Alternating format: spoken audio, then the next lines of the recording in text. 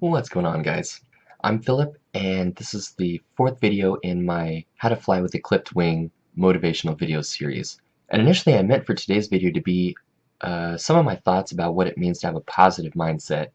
And although this video will be about that, at least in part, for now I'd like to instead reflect on a sort of conflict type of situation that I was in recently that the 5 Ps successfully helped me get through, basically without a single issue, at least a single issue on my part at least. And the 5 Ps being, firstly, the patience that I try to have with myself, and others too, but mostly with myself as a foundation. Secondly, I try as often as possible to work towards maintaining a healthy perspective on whatever tough situation that I'm in.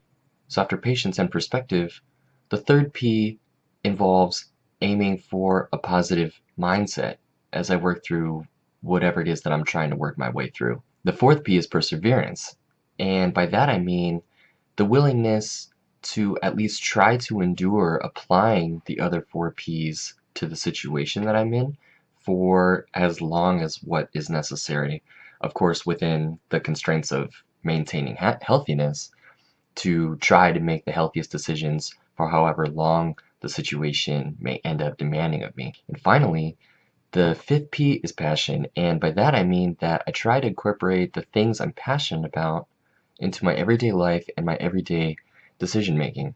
More specifically about that, I try to remember to be comfortable doing the things that I'm passionate about passionately. And these 5 elements were all things that I had to learn that I was in control of, and that I had to learn that I was responsible for. Things that at one point I didn't have much control over at all during the years of anger and aggression and hurtful behavior toward others and myself after my spinal cord injury. And these were the 5 simple things that got me through the recent situation that I mentioned, that really could have ended terribly, but it actually didn't. So instead of talking specifically about how a positive mindset has helped me through a time of crisis, which I'll do next week instead, I'd like to talk with you about the facts, and really only the facts, of the situation that I was in, independent of judgment and independent of pointing fingers, independent of negativity and independent of all of that. I'm going to talk solely about the facts as they happened and how the 5 Ps relate to the situation that I found myself in. Hopefully by the end of this video you can think to when maybe you were in a similar conflict, or what for me was a pseudo-conflict actually, with someone. And what I mean by pseudo-conflict will become super clear as I walk you through the facts of what actually happened. And the pseudo-conflict was with a loved one who I still love and respect and care about, certainly such that I wouldn't reveal who it was, what was specifically said by whom, except that I will quote myself because I can, and it's in fact what I said. That way nothing anyone else said can be taken out of context, and nothing hurtful or malicious can possibly exist, and identities are concealed, everyone's respected, and I'm able to help others with what happened. I'm not even going to say whether they were male or female, so that way there's literally no reason to get upset, and there's no indication at all of who it could have been. There's no reason to get upset other than what's out of my control. So the other night, the situation started as many conflicts unfortunately start, and needlessly start, I think, in our age of cell phone use and obsession with our devices, with the misinterpretation of a text message. And yes, I hate to say it. I had sent a text to this person saying that I didn't know why they had done something a certain way, and that I personally would have done something differently than what they did. But the misinterpretation of that text led the person to snowball themselves into thinking that they were being attacked, even though I did not everything that I possibly could to remain positive and mindful and perceptive of the other person's feelings and all of that immediately after it became apparent to me that a misinterpretation had actually occurred. And essentially what was going on the other end was that this person who I'm talking about was trying to help advocate on my behalf in a positive way to someone else that I've been having some interpersonal difficulties with, who has scrutinized me to this day for behavior that I have had largely corrected since latest 2008, I'd say. So the person that I sent this text to was an advocate of sorts for me between me and this other person, you know, doing the scrutinizing. And I'd say 2008, but even maybe 2009, or screw it, let's even go super conservatively. Let's say 2010, with some technical, maybe, you know, residual dickishness, for lack of a better word, on my part, maybe. But personally, I'd say that that's going a bit too far, and that 2008 would largely be that cutoff point. But the point is it's not like, you know, freaking last month. It wasn't last year or even the last 5 years, you know, that I've been clean. Literally 8 or so years later, still being treated weirdly for things that I did way back then that, granted, were hurtful and they were ugly, as I mentioned earlier in this video, and I believe all of my last few videos, to an extent, on my website, pretty much been upfront about it everywhere. So I'm not saying that those behaviors weren't terrible and hurtful to others, but that this advocate of mine who believes that I've changed, because it's been apparent to any eye that hasn't been tainted by the cloudiness of negativity and cynicism and coldness and bitterness, you know, cloudiness that, you know, that doesn't seem to be clearing up anytime soon, though I hope it does someday. It's clear to a healthy eye that, without that veil at least, that I've changed. And the advocate was trying to talk to someone that's got this cloudiness going on in their mind upstairs.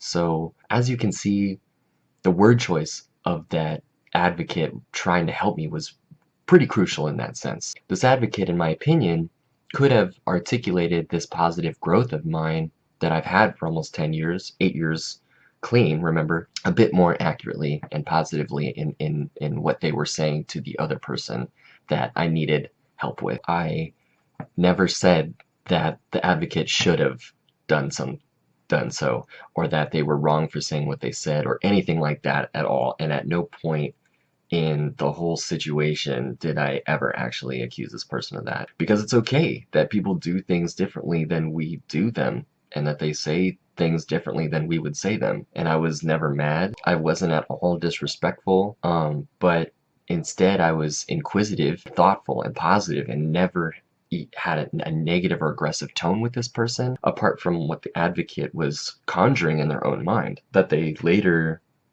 apologized for and thanked me for, as the loved one literally put it, talking them off the ledge, which was really striking to me. I suppose in a good way, that they had eventually found their ability to see through their own cloudiness. And that person, hopefully watching this to the very end, should be very proud of themselves for eventually getting through what they got through, and what the 5 Ps helped me help them get through. In my text, I had literally said, hey, by the way, advocate's name, if you're really trying to help me with person's name with the cloudy vision, then I personally wouldn't use cautious and passive words to describe my communication, end quote. And really quickly again, just because of the context, like, it's important that the person with the cloudy mind towards me understand that my communication was actually spectacular, instead of the more neutral,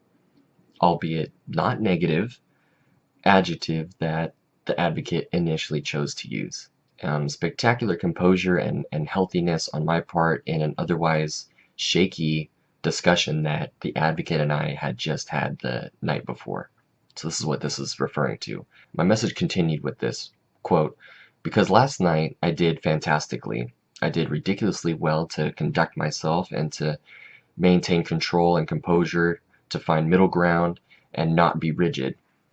So I'm not sure why you'd only describe it as you did, given that that's what others, I'll say to keep the identities of others involved respected as well, what others constantly scrutinize about me. And with how hard I've worked to be able to do that more healthily than anyone who's actually doing the scrutinizing after 8 or so years later, I'm proud to declare that, and it's not arrogant. And so that's what was said.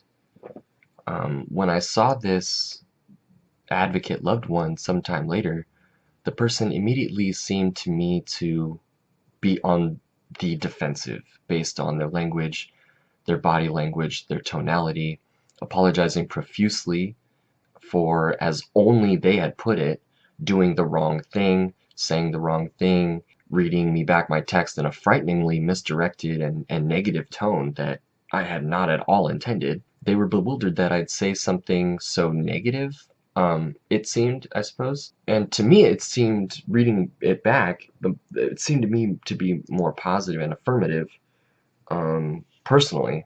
But, you know, the 5 Ps have taught me about perspective and people seeing things differently, so I quickly say, oh no, I apologize. The tone that you're reading that in just now is not how I intended, but I understand what you're saying.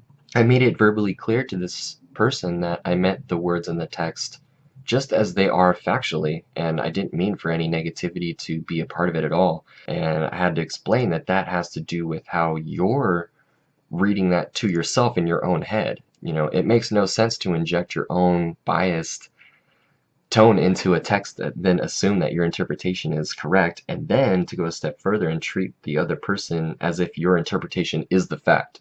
Instead, always ask first before you react. And although certainly myself, all of us, we're all guilty of this at one point or another, so I'm not singling out this person, but I'm saying that we can all learn from this. Even after my clarification as well, essentially what happened was a back and forth tug of war between the advocate, loved one, still feeling that what I had said and what I was now saying was negative and attacking, and then me, who couldn't seem to convince them otherwise, even though the advocate, loved one, couldn't point to a single thing that was said in the text or verbally in the ensuing pseudo-conflict thereafter that was actually attacking or negative, or really anything that wasn't actually super positive, rather, and team-oriented and patient and loving and relaxed, yet appropriately attentive. Back and forth we went, and this loved one began to lose more and more composure,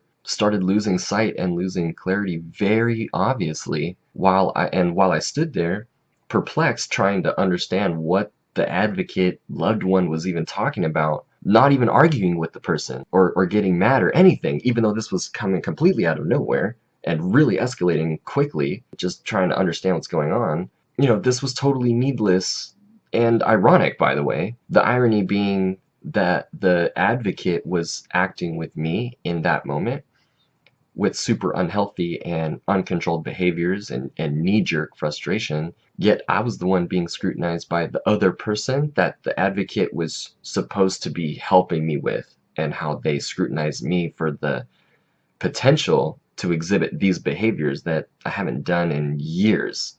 Just like the ultimate unhealthy, ironic circumstances that not only was I an emotionally healthy person who was often scrutinized for behaviors that I have had under control for almost 10 years, but that those same behaviors were being thrown at me by the person who's supposed to be helping me show others that I was good and healthy. Just the whole dynamic was and is to an extent still completely on its head. And honestly, even just asking this advocate, loved one of mine, if they could help me understand what was said that was hurtful to them, frustrated them, because all they could do was basically repeat themselves over and over in slightly different ways that they still felt that I was attacking them. And it frustrated this person that they felt so attacked, yet couldn't say anything about my tone, my verbal and nonverbal language, my body language, my demeanor.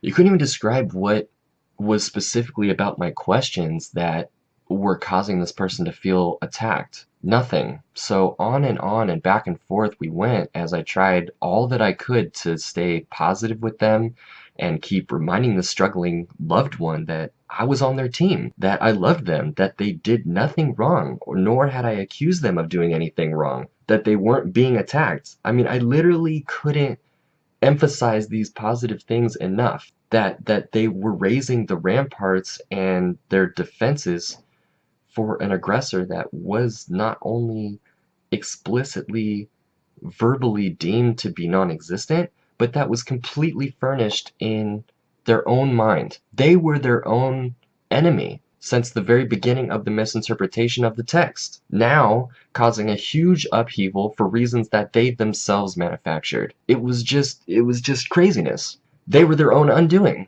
And I know of this all too well, as this too was my issue with my anger and aggression problems in the few years after my spinal cord injury.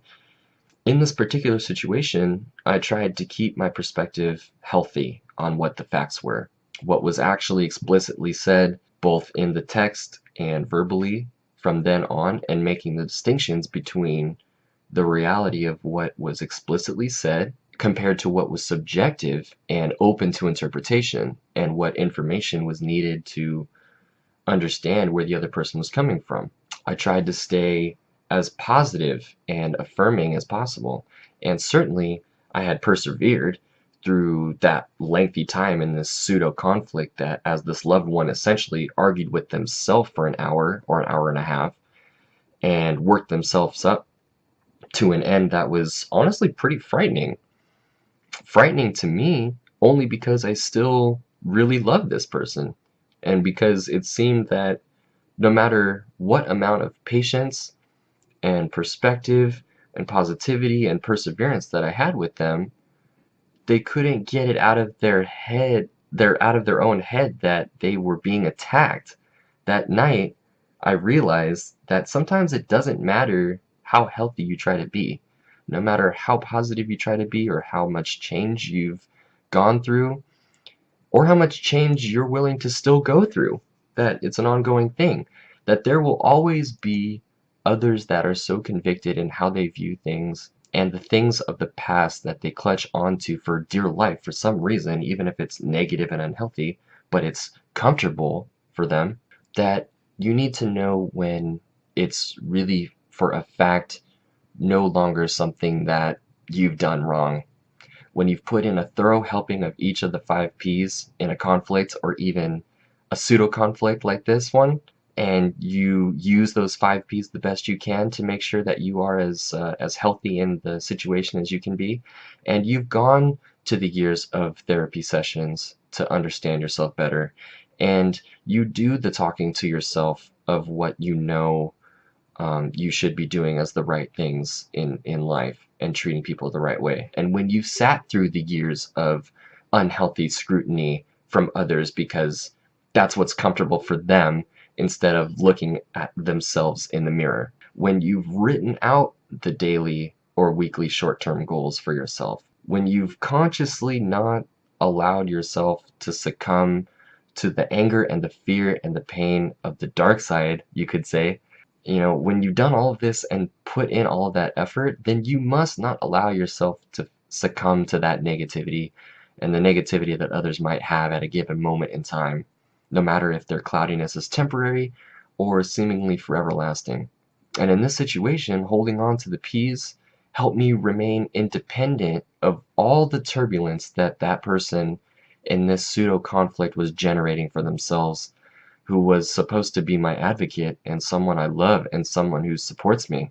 The P's helped me remain separated from the unhealthiness of what was going on, while still remaining truly and meaningfully engaged, though. Meaningfully mindful, substantively thoughtful, substantively respectful, and everything alike. Not detached, not cold, not bitter, not cynical, not hurt, not angry, and not irrational, yet also not unemotional. The 5 Ps freed me from the stress of that pseudo conflict that before, about 8 years or so ago, I would have gotten pulled in. I would have raised my own ramparts and my defenses. I would have fired my own cannons back. I would have yelled my own untempered emotions back, and I would have regretted every second of it. So over this next week, please give the lessons in this video some thought, and remember the power of the 5 Ps. Remember that it got me through this.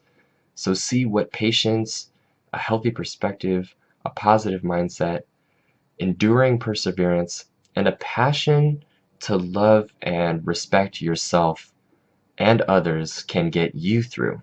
Let me know how it's been working out for you.